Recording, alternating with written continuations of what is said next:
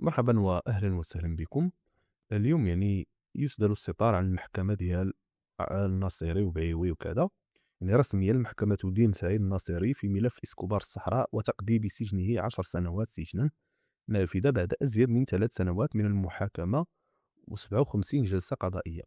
اليوم انتهت هذه، دابا غادي يدوزوا لمراحل اخرى، غادي يدوزوا للطعن او الاستئناف كما كيتسمى. يدوزوا للمرحله الاستئنافيه. بالنسبه للتفاصيل ديال الخبر اللي كنتكلموا فيه دابا، غادي نشوفوا لائحه العقوبات والغرامات والمصادرات في حق جميع المتهمين.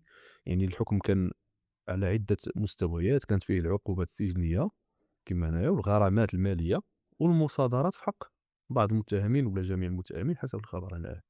ولكن قبل من هذا غادي نشوفوا شنو وقع في المحكمه.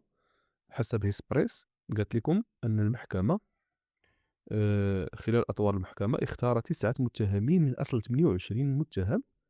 يعني 9 ديال المتهمين اختاروا انهم ما يتكلموش. عفوا، اختاروا انهم يتكلموا. 9 اختاروا انهم يتكلموا، في حين ان 19 واحد اختاروا انهم ما يتكلموش، ومن بينهم كما قالوا هنا الادلاء باقوالهم امام الهيئه، فيما فضل باقي المتهمين اللي هما 19 وعلى راسهم عبد النبي بعيوي التزام الصمت وعدم الادلاء بكلمه واحده. مبغاش يتكلم عبد النبي بعيوي، وهو 19 واحد اللي غادي نشوفهم هنا. راه قضيه كبيره. وحاول سعيد الناصري الرئيس السابق لنادي الوداد الرياضي نفي جميع التهم المنسوبة إليه، مؤكدا أمام المحكمة براءته من الوقائع الواردة في صك الاتهام الذي أعدته النيابة العامة.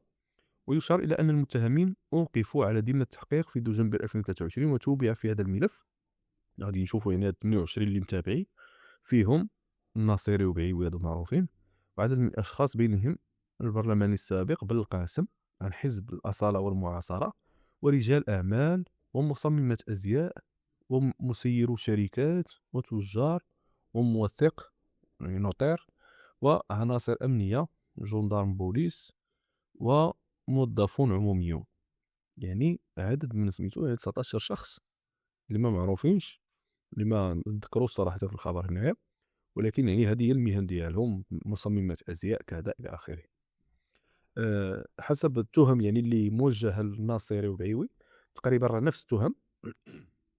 كيكتبوا لكم هنايا باللي الهيئه اللي كيرأسها السيد الطرشي، مستشار علي الطرشي، بإدانة المتهم سعيد الناصري ب10 سنوات نافذة بعد متابعته من طرف النيابة العامة من أجل، هنا كنتكلموا على شنو هي الجناية اللي داير سعيد الناصري.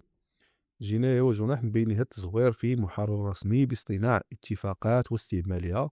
كان كيدير تزوير في الاتفاقيات وكذا وداكشي ديال الأوراق اللي من بينها حتى الطريقة باش شرا الفيلا وكذا إلى آخره حتى هي داخلة في هادشي. والمشاركة في اتفاق قصد مسك مخدرات والاتجار بها ونقلها وتصديرها ومحاولة تصديرها، وخرق الأحكام المتعلقة بحركة وحيازة المخدرات داخل الدائرة الجمركية، والنصب ومحاولة النصب واستغلال النفوذ من طرف شخص يتولى مركزا نيابيا، وحمل الغير على الإدلاء بتصريحات وإقرارات كاذبة عن طريق الضغط والتهديد. تقريبا نفس التهمة هي اللي عند عبد النبي بعيوي، لربما زايد عليه في شي حاجة لأنه تحكم 12 سنة أو لا على حساب البوست ديالو وداكشي إلى آخره. الأخ ديال عبد النبي بعيوي تحكم 9 ديال السنوات. البرلماني السابق بالقاسم ديال الأصالة والمعاصرة 10 ديال السنوات حتى هو في نفس الملف وبنفس التهم تقريبا. كتلقى زايد الرشوة هنايا ولا شي حاجة بحال هكا عند كل واحد. بالنسبة لي كومونتير غادي نرجعوا لهم، ولكن قبل غادي نشوفوا لائحة العقوبات كما قلت لكم. الغرامات راه واضحة، الغرامات راه تكلمت فيها دابا.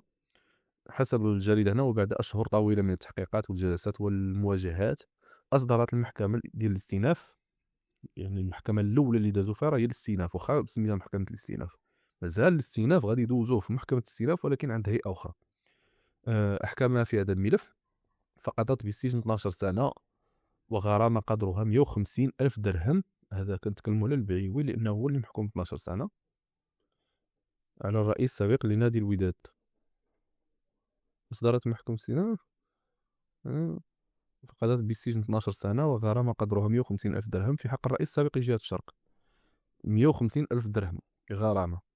فيما حكمت على الرئيس السابق ديال الوداد اللي هو سعيد الناصري 10 ديال السنوات وهي العقوبة نفسها التي صدرت في حق البرلمان السابق بالقاسم مير. كما أدانت المحكمة عبد الرحيم بعيوي والعربي الطيبي وإسماعيل بن المعلم ب9 سنوات. هذا خو بعيوي، هذا عبد الرحيم، خو الآخر، خو عبد النبي، سجنا نافذا لكل واحد منهم، فيما توزعت باقي الأحكام بين 8 سنوات و2 حبسا نافذا مع براءة المتهم نصر الدين بن عبيد.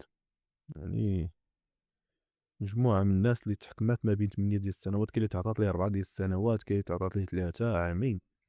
ولم تقتصر الأحكام على العقوبات السجنية، إذ أمرت المحكمة بمصادرة ملايين الدراهم من أموال عدد من المدانين، كما حملتهم إلى جانب متهمين آخرين تعويضات لفائدة إدارة الجمارك والضرائب غير المباشرة بمبالغ بلغت ملايير الدراهم، مليارات الدراهم، ارتبطت بشحنات من مخدر الشراء، إلى جانب مبالغ أخرى مرتبطة بمخالفات لقانون الصرف والجمارك.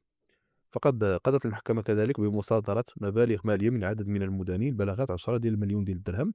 بالنسبة لعبد النبي بعيوي 8 ديال المليون ديال الدرهم، عبد الرحيم بعيوي 6 المليون ديال الدرهم، سعيد النصيري 10 المليون ديال عبد النبي بعيوي، 8 لخوه، و6 ديال الملايين ديال الدرهم لسعيد النصيري، و4 الملايين ديال الدرهم للقاسم مير، و3 الملايين ديال الدرهم للعربي الطيبي واسماعيل بن المعلم. يعني واش بجوجهم في ديك 3 المليون الاخرى ولا ما ديال الدرهم. وفي الشق المدني والجمركي حملت المحكمة عددا من المدانين مسؤولية أداء تعويضات ضخمة لفائدة إدارة الجمارك والضرائب، وما بلغت في بعض المطالب 4 مليار ديال الدرهم، مرتبطة بشحنات من المخدر ديال الشراء، وصلت بحسب الملف إلى 200 طن، فضلا عن مبالغ أخرى تخص شحنات مختلفة وأخرى مرتبطة بمخالفات قانون الصرف وتحويلات مالية بالعملة الصعبة. منبر المخدرات إلى واحدة من أكبر المحاكمات. قال لك أن هذه المحاكمة كانت من أكبر المحاكمات في المغرب، واللي كان فيها شبكات ديال الاتهامات معقدة، وكانت كبيرة وفيها خيوط كبيرة وفيها كميات كبيرة دازت شحال هادي، من رئاسة الوداد وجهة الشرق إلى قاعة الجنايات. يعني حسب يعني الكاتب ديال النص يعني كيحاول أنه يحط الصورة من الفوق. بالنسبة للغرامات كما تكلمنا عليها هي هذيك، يعني كاين اللي تحكم ب 10,000 درهم كذا في الأول، ولكن كاين هناك يعني إدارة الجمارك حتى هي كطالب بواحد العدد كبير. كما كتشوفوا هنايا شحال ديال الدرهم، 100 عفوا 1288 مليون ديال الدرهم بالنسبة لقانون الصرف وكذا إلى آخره. على حساب يعني داكشي اللي كان. بالنسبة للكومنتير، الحكم ليس نهائي، مازال الاستئناف في الطريق، ربما يتم التلاعب بالأحكام، فالمال والجاه والسلطة قادرة على قلب الموازين. هذا بالنسبة للكومنتير رقم 1 سميتو صحراوي. كومنتير رقم 2 عدنان: وناري شحال عندها ديال الفلوس، الناس شحال عندها ديال الفلوس، الحمد لله على نعمة القناعة. كومنتير رقم 3 سمحان: يمكن للدولة المغربية أن تؤدي ما بدمامها من القروض للبنك الدولي فقط من الأموال المنهوبة والمسروقة، إنها الملايير تتطاير فوق السماء ديال المغرب ولا رقيب ولا حسيب. كومنتير رقم 4: بقيت كنفكر كنقرا حتى تلف ليا الحساب، خواو ليهم الحساب البنكي او دي فلوس حرام عمر ربي ما يبارك فيهم.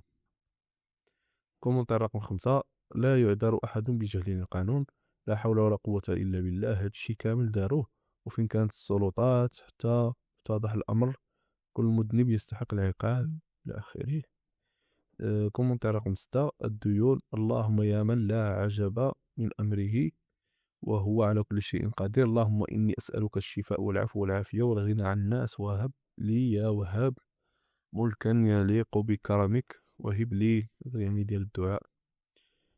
كومنتير رقم 7: هذه غرامات، أما الأحكام السجنية لم نسمع عنها شيء. باين الأحكام السجنية كاين اللي ب 12 عام، كاين اللي ب9، كاين اللي كاين يعني في خبر آخر اللي قبل اللي هو هذا الأحكام ديال إسكوبار الصحراء، أو إلا مشيتي للتفاصيل غادي تعرف يعني بلي بعيوي خدا 12 سنة، ناصري خدا 10 ديال السنوات، الأخ ديال بعيوي خدا 9 ديال السنوات، كوميسير خدا 4 ديال السنوات على ما أعتقد. المهم كاين يعني تفاصيل غتلقى يعني في فيديوهات وفي كذا، غادي تبقى تسنى غادي تعرف يعني شحال ديال الناس. كاين واحد الشخص خرج ببراءة، خرج واحد الشخص ببراءة يعني من عند الطرشي كما جاء في الأخبار. كتبوا لي في الكومنتيرات شنو بان لكم. تحياتي وإلى خبر قادم.